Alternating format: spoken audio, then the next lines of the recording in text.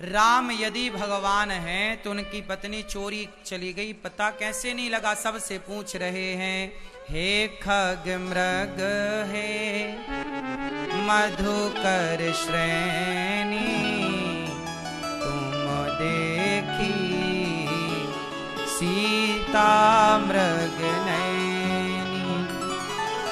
हे खग, हे मृग, हे मधुकर, बताओ हमारी सीता कहाँ है। सबसे पूछ रहे हैं राम, कहाँ है सीता, कहाँ है सीता। ये भगवान होते तो पता ना लगा लेते कि मेरी पत्नी रावण लेकर गया है। पशु पक्षियों से क्यों पूछ रहे हैं, है ना। तो सुनो, अब आपके पास इसका उत्तर है। राम को क्यों नहीं पता लगा कि मेरी पत्नी को रावण ले गया है। जोर से बोलो, मेरी मां। क्यों, आप बताओ। नहीं पता तो फिर सुनो, आपको जो नहीं पता वही पता लगाने के लिए तो ये अनिरुद्ध आपके बीच में आया है। जो आपको नहीं पता है वही आपको पता हो, इसलिए हम आए। तो सुनो, बात ऐसी है कि भगवान राम, राम कौन है साहब, मनुष्य नहीं है। राम भगवान है। राम कौन है, भगवान है, मनुष्य के रूप में है। राम कौन है, भगवान, और किसके रूप में है, मनुष्य के रूप में। जैसे आपको कहा जाता है पुलिस वाले भैया, लेकिन पुलिस कौन होती है। अरे पुलिस, पुलिस आपका एक पद है, एक पद का नाम पुलिस है। उस पुलिस के भीतर तो आप इंसान ही हैं। उसी तरह जैसे आप पुलिस वाले बनकर अपना काम करने आए हैं, आप हैं किसी माँ के बेटा, आप हैं किसी के पिता, आप हैं किसी के पति, आप सामान्य हैं, लेकिन आपको एक पुलिस का कार्य दिया गया है। तो आप पुलिस के कार्य को जब करेंगे तो ईमानदारी से करेंगे ना।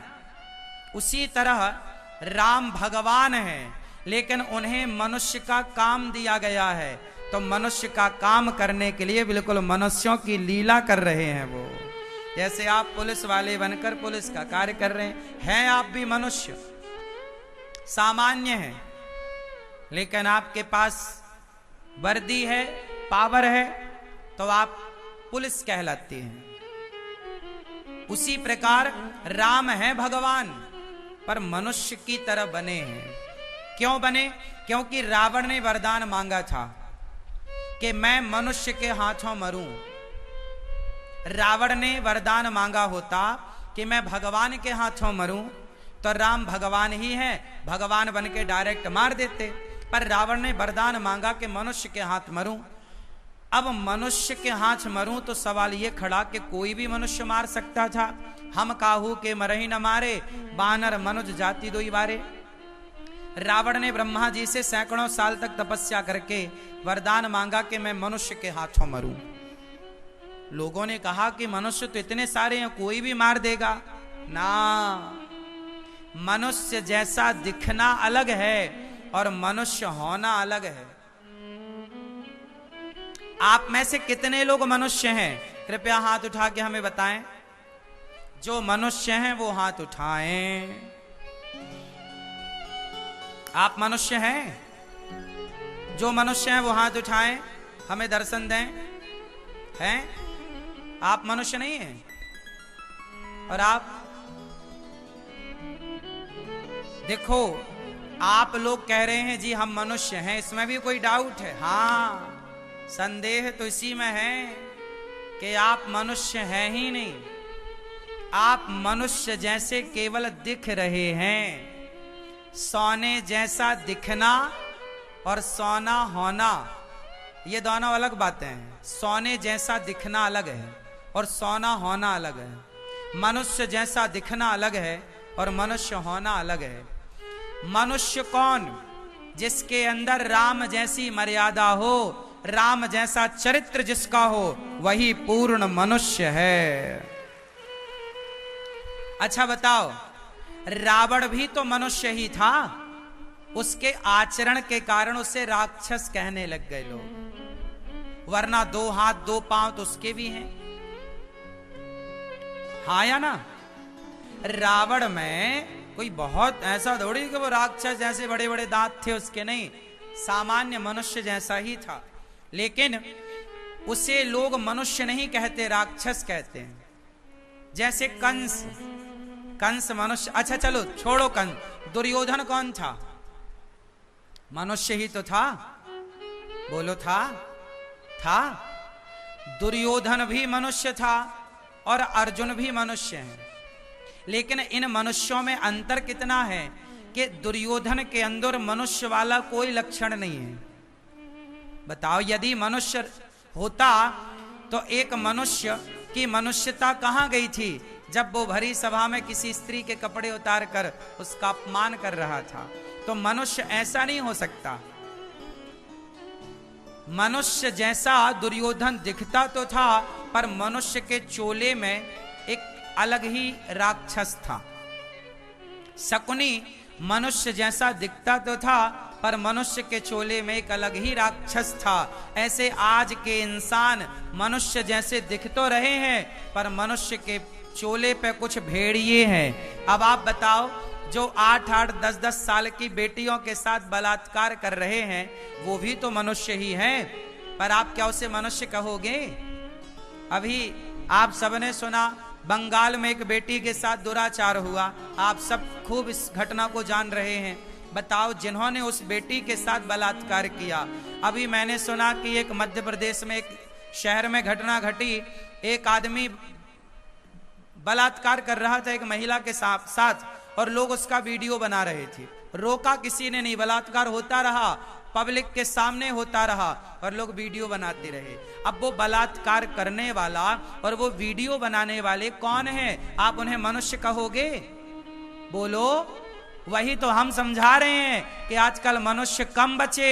मनुष्य वही है जो जिसके भीतर मनुष्यता है, धर्म है, सत्य है, दया है, करुणा है, वो मनुष्य है। वो कैसा मनुष्य जो किसी के साथ जबरदस्ती करे, दुराचार करे,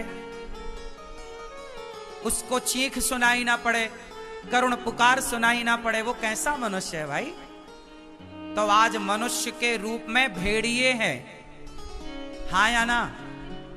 हाँ या ना? बोलो हाँ। आप रास्ते से जा रहे हैं, बूढ़ी माता जा रही है, पीछे से चोर आया, बूढ़ी माता के गले से चैन लेकर उसका पर्स लेके भागा। वो बूढ़ी अम्मा गिर गई, उसका सिर पे लगा, भले वो मर गई, मर जाए, पर चोर को तो चोरी से मतलब है। चोर को तो चोरी से मतलब है, भले वो महिला मर गई, गिर गई, चोट लग गई। तो बताओ, जिसने वो चोरी कर ली, क्या वो मनुष्य था? क्या मनुष्य के यही लक्षण है कि तुम दूसरे की चोरी कर लो? क्या मनुष्य का यही लक्षण है कि तुम किसी का बलात्कार कर लो? क्या मनुष्य का यही लक्षण है कि तुम्हारे सामने ये तो ऐसा हुआ कि भीष्म पितामह के सामने द्रौपदी की लाज लुटती रही और पितामह चुपचाप बैठे रहे। इसलिए पितामह को बाणों की सैया मिली। मेरी मां, मनुष्य कौन है? राम के लक्षण, राम के आचरण जिसके भीतर हैं, वही मनुष्य है, वरना मनुष्य के रूप में भेड़िए हैं, जानवर हैं। अब आप ही आकलन लगा कर लेना, आप ही समझ लेना। मोबाइल वाले भैया सुन लो, लाला, तुम्हारे गूगल में ये बातें ना मिलेंगी जो हम तुम्हें फ्री में दे रहे हैं, सुन लो, काम आएंगी। तुम मनुष्य हो? मनुष्य हो कितने %? पूरे 24 कैरेट के हो के 5-10 कैरेट के? कितने % मनुष्य हो आप? 5, 10, 20, 50 या 100? है कितने? 57? नहीं, कितने % मनुष्य हो? 100% या 50 या 40? 5? 50? अच्छा, आप 50% मनुष्य हो तो 50% क्या हो भाई साहब?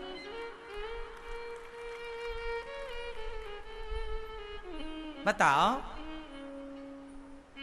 बोलो। अरे हमसे बात करो, वहां कोई ना बताएगा उत्तर, किसी के पास नहीं है इसका उत्तर। बताओ, आप 50% तो कह रहे हो हम मनुष्य हैं, बाकी बचा 50% क्या हो आप? बोलो। नहीं, अब हम बता रहे हैं, सुनो। जब बच्चा पैदा होता है तब बच्चा 100% मनुष्य होता है। ईश्वर ने तो सबको मनुष्य ही बनाया था। छोटा सा बच्चा, ना उसके अंदर काम, ना क्रोध, ना लोभ, ना मोह, ना बदले की भावना, ना जातिवाद, ना ऊंचा ना नीचा, ना छुआ ना छूत, कुछ भी नहीं है। छोटे से बच्चे के अंदर क्या दोष है बताओ?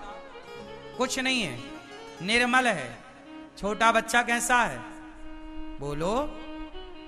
निर्मल। उसके मन में कोई कपट है? 2 साल के बच्चे के अंदर कोई कपट है?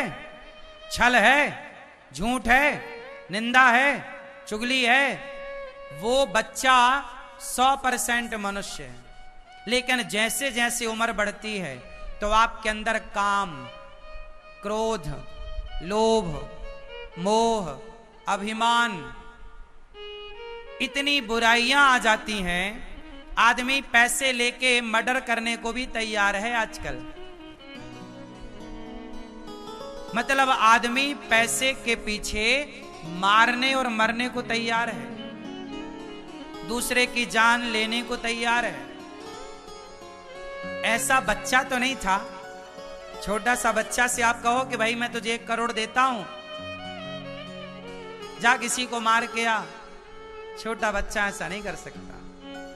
वो मनुष्य है, पर जैसे ही जैसा बड़ा होता है ये मनुष्य, इसके अंदर लोभ लालच इतना घुस जाता है, काम क्रोध इतना घुस जाता है कि उस बुराइयों के कारण वह इंसानियत तो 2-5% रह जाती है, बाकी वह बुराई का पुतला बन करके खड़ा हो जाता है। रावण कौन है? बुराई का पुतला। दशहरा में क्या जलता है? रावण नहीं जलता, बुराई का पुतला जलता है। बोलो हाँ, वो बुराई का पुतला कौन है? बताओ, क्या वो बुराई का पुतला हम और आप नहीं है? उत्तर दो। क्या वो बुराई का पुतला आप और हम नहीं हैं? यदि हम और आप हैं तो बताओ, ये बुराई का पुतला कब जलाओगे? कब आपके भीतर की बुराई जल के राख होगी? और कब वो दिन आएगा जब आपके भीतर केवल अच्छाई ही अच्छाई होगी, जब आपके भीतर केवल राम ही राम होंगे और रावण का पुतला जल चुका होगा, है ना? तो आप 50% राम हो भैया और 50% रावण हो। तो इस दशहरे में अपने भीतर के रावण को जला दीजिएगा सब लोग। हम सबके भीतर एक रावण है, केवल एक के नहीं, मैं सबके लिए बोल रहा हूं।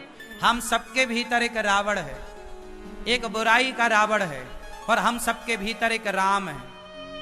फर्क इतना है कि किसी के भीतर के राम सोए हैं और रावण जाग रहा है, और किसी के भीतर का रावण सोया है और राम जाग रहे हैं। अब आप बताओ कि आपके भीतर कौन सोया है और कौन जाग रहा है? ये मुझे मत बताना, अपने आप को बताना। आप अपने आप को बेहतर तरीके से जानो और हमें जनाने की आवश्यकता बिल्कुल नहीं। बहुत समझने की बात है समझदार को। तो राम जी आए मनुष्य बनकर, और मनुष्य अब राम को मनुष्य ना समझ लेना, वो मनुष्य इसलिए बने ताकि आने वाले पीढ़ी को वो ये बता सकें कि भाई मनुष्य कैसा होता है। आने वाले समय पे तो लोग मनुष्य की परिभाषा भूल चुके होंगे ना कि एक अच्छा मनुष्य कैसा होता है। तो भगवान को मनुष्य बनकर इसलिए आना पड़ा ताकि आने वाले कलयुग के लोगों को यह बताया जा सके कि मनुष्य राम जैसे होते हैं, परिभाषा दे सकें 1-2 अक्षर में कि राम मनुष्य की परिभाषा है। राम जो अपने माँ बाप की आज्ञा का पालन करें। आजकल कौन बेटा अपने माँ बाप की आज्ञा का पालन कर रहा है? जो कर रहे हैं उन्हें हम प्रणाम करते हैं, जो नहीं करते उन्हें कहते हैं कि राम बनो। आज कौन भाई अपने भाई भरत के लिए अपना राज्य, अपना अधिकार छोड़ने को तैयार है? आज कोर्ट कचहरी में सबसे ज्यादा भाई भाई के केस भरे पड़े हैं। सबसे ज्यादा कोर्ट कचहरी में भाई भाई का केस होता है। भाई भाई का अपराध, क्राइम बढ़ता ही चला जा रहा है। इसलिए कहता हूं, आजकल कैसे होना है हमें, कैसा बनना है हमें? राम की तरह। राम एक अच्छे भाई हैं, राम एक अच्छे पुत्र हैं, राम एक अच्छे राजा हैं, राम एक अच्छे मित्र हैं, राम एक अच्छे पति हैं। बताओ आप कैसे पति की कल्पना करती हो? रावण जैसा पति हो या राम जैसा? उत्तर उत्तर बोलो मेरी मां, मैया। ओ मैया, कर लो पंचायत। हाँ हाँ कर लो। बताओ आप कैसा पति चाहती हो, रावण जैसा या राम जैसा? ये ब्रह्माणी रुद्राणी तीनों बोलेंगी। बोलो मेरी मां, कैसा? रावण जैसा? राम। देखो, राम यदि ना होते तो राम जैसे पति की कल्पना कहां होती? राम ना होते तो राम जैसे राजा की कल्पना कहां होती? राम ना होते तो राम जैसे भाई की कल्पना कहां होती? राम ना होते तो शबरी के जूठे बेर खाके शबरी को गले कौन लगाता? राम ना होते रावण सीता मां को ना चुराता। चलो, रावण ने सीता मां को चुराया, राम जी धनुष उठाते और रावण को मार देते। बिल्कुल आसान था, रावण को मार देते। यदि राम जी तुरंत रावण को मार देते तो फिर शबरी को कौन जानता? फिर हनुमान जी लंका कैसे जलाते, लंका कैसे जाते, हनुमान जी की पूजा कैसे होती?